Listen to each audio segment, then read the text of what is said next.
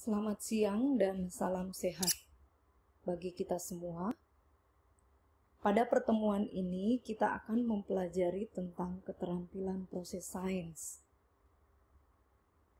Kita tahu bersama bahwa keterampilan proses sains sangat dibutuhkan ketika kita akan mengajar IPA di sekolah dasar. Keterampilan proses sains itu sendiri terdiri dari 3 kata, yaitu keterampilan, proses, dan sains.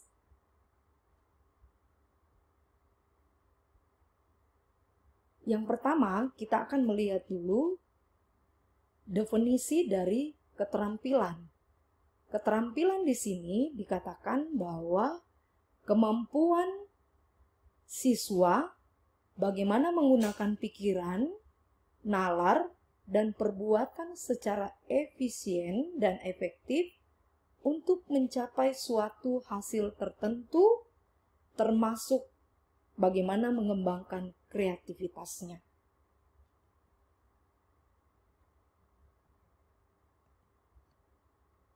Berikutnya yang kedua adalah kata proses. Proses di sini merupakan konsep besar yang dapat diuraikan menjadi komponen-komponen yang harus dikuasai seseorang bila akan melakukan suatu penelitian. Ini kita bisa lihat menurut pendapat Devi tahun 2013. Kata yang ketiga adalah sains atau IPA. Sains atau IPA merupakan ilmu pengetahuan yang mempelajari gejala-gejala melalui serangkaian proses yang dikenal dengan proses ilmiah, di mana proses ilmiah tersebut akan dibangun atas dasar sikap ilmiah dan hasilnya terwujud sebagai produk ilmiah yang tersusun atas 3 komponen terpenting yang berupa konsep, prinsip, dan teori itu sendiri. Ini kita bisa lihat pendapat dari Trianto tahun 2012.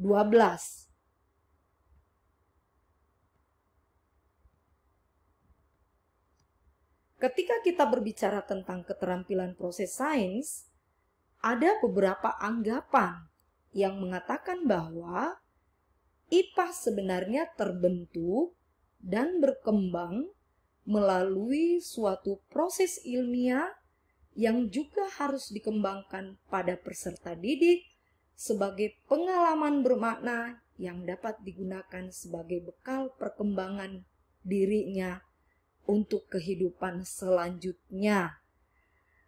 Jika dilihat dari anggapan analisis kurikulum, keterampilan proses sains merupakan salah satu pendekatan yang harus dijadikan acuan bagi guru dalam melaksanakan proses pembelajaran IPA di sekolah dasar.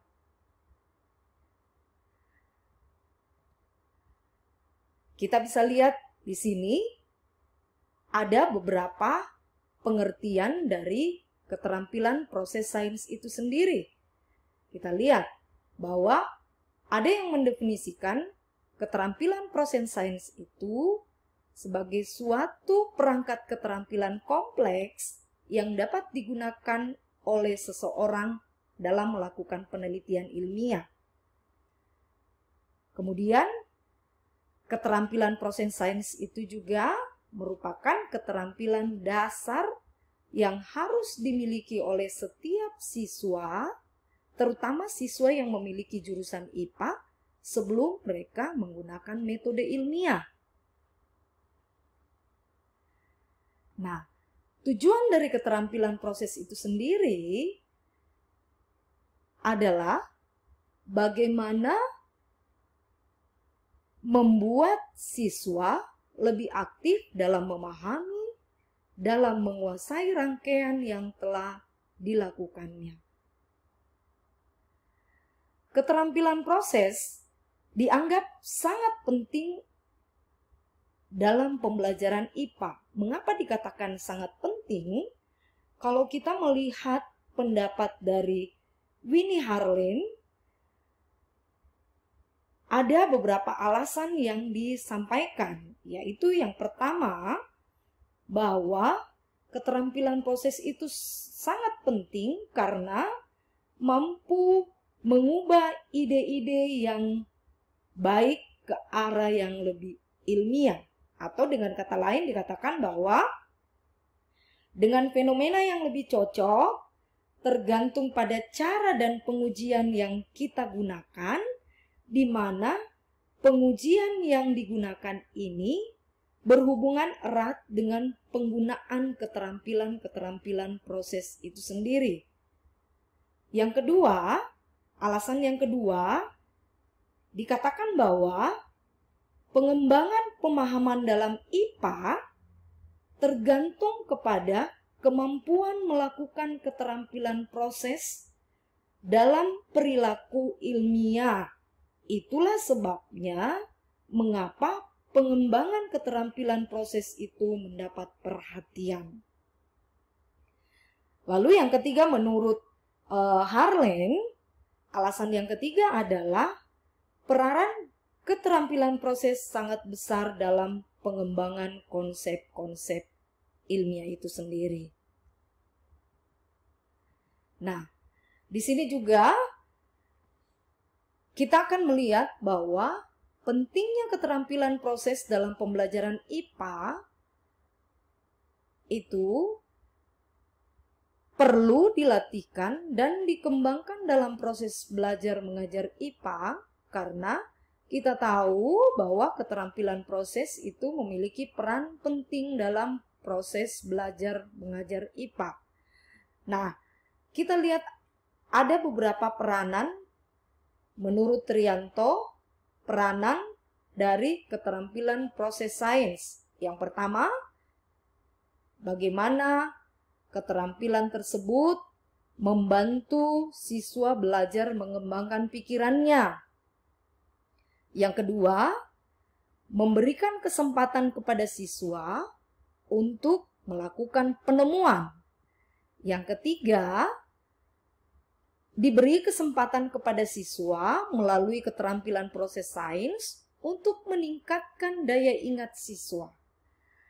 Kemudian, dengan keterampilan proses sains memberikan kepuasan intrinsik bila anak telah berhasil melakukan sesuatu atau melakukan penemuan. Kemudian, dengan keterampilan proses sains, maka dapat membantu siswa mempelajari konsep-konsep sains tersebut yang seperti yang telah tadi saya sampaikan sebelumnya. Kita tahu bersama bahwa keterampilan proses sains sesungguhnya terdiri atas dua bagian. Yang pertama adalah keterampilan proses dasar. Yang kedua adalah keterampilan proses terintegrasi atau biasa juga disebut dengan keterampilan proses terpadu. Keterampilan proses dasar terdiri dari keterampilan mengobservasi, keterampilan mengklasifikasikan, keterampilan mengukur, keterampilan mengkomunikasikan, keterampilan menginferensi, keterampilan memprediksi, dan keterampilan mengenal hubungan ruang dan waktu. Sedangkan bagian dari keterampilan proses terintegrasi atau terpadu yaitu keterampilan memformulasikan hipotesis, keterampilan menamai variabel, keterampilan membuat definisi operasional, keterampilan melakukan eksperimen, keterampilan menginterpretasikan data, dan keterampilan melakukan penyelidikan. Pada pertemuan ini, keterampilan proses sains yang akan saya jelaskan adalah bagian pertama, yaitu keterampilan proses dasar. Yang pertama, keterampilan mengobservasi. Keterampilan mengobservasi adalah keterampilan yang digunakan untuk bagaimana melakukan pengamatan dengan menggunakan segenap alat indera yang kita miliki. Jadi, yang dimaksud di sini, jika semakin banyak alat indera yang kita gunakan dalam pengamatan, maka akan semakin berkualitas hasil observasi atau hasil pengamatan kita. Contohnya, siswa ditugaskan memperhatikan es yang berbentuk kubus untuk menentukan perubahan bentuknya. Indera yang mungkin digunakan di sini adalah indera mata. Yang kedua, siswa diberi kesempatan untuk merasakan atau meraba es. Kemudian, berikutnya, siswa diberi kesempatan untuk menggunakan termometer untuk menentukan suhu dari es tersebut. Itulah yang disebut dengan keterampilan mengobservasi. Berikutnya, keterampilan mengklasifikasikan. Di sini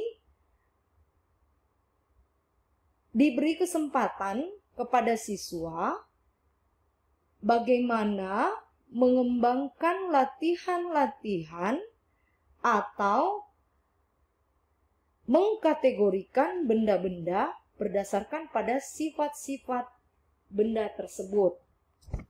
Saya ambil contoh. Guru dapat memberikan benda-benda yang dikelompokkan berdasarkan sifat benda-benda tersebut. Kemudian, keterampilan proses yang ketiga adalah keterampilan proses mengukur. Keterampilan proses mengukur di sini dikatakan keterampilan untuk menggunakan alat ukur secara benar dan kemampuan untuk menerapkan cara perhitungan dengan menggunakan alat-alat ukur. Contohnya, siswa diajarkan bahwa mengukur berat itu menggunakan timbangan dan mengukur panjang itu dengan menggunakan mistar. Berikutnya, keterampilan yang berikutnya adalah keterampilan mengkomunikasikan. Yang dimaksud dengan keterampilan mengkomunikasikan, siswa diberi kesempatan untuk menyampaikan hasil pengamatan yang berhasil dikumpulkan atau menyampaikan hasil penyelidikannya. Contohnya, siswa dapat membuat dan menginterpretasikan informasi yang didapatkan itu dalam bentuk atau berupa grafik, carta, peta, dan gambar. Berikutnya adalah keterampilan menginferensi. Keterampilan menginferensi merupakan keterampilan membuat kesimpulan sementara yang terkait dengan dugaan-dugaan yang didasarkan pada alasan-alasan yang dijelaskan oleh hasil observasi. Contohnya, seorang guru memberikan siswanya benda yang dibungkus sehingga awalnya siswa tersebut tidak tahu apa isi dari benda yang diberikan oleh guru. Kemudian, siswa tersebut mengguncang-guncang benda tersebut, kemudian menciumnya dan menginferensi apa sebenarnya yang ada dalam bungkusan tersebut. Itulah yang dimaksud dengan keterampilan menginferensi. Kemudian, keterampilan yang berikutnya adalah keterampilan memprediksi. Keterampilan memprediksi adalah keterampilan memperkirakan kejadian yang akan datang berdasarkan dari kejadian-kejadian yang telah terjadi sekarang ini.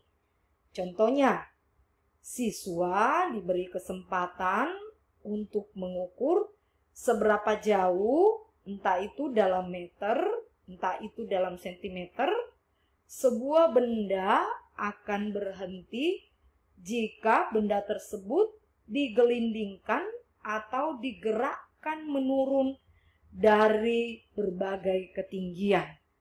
Itu contoh dari keterampilan memprediksi. Kemudian, yang terakhir dari keterampilan proses dasar adalah keterampilan mengenal hubungan ruang dan waktu.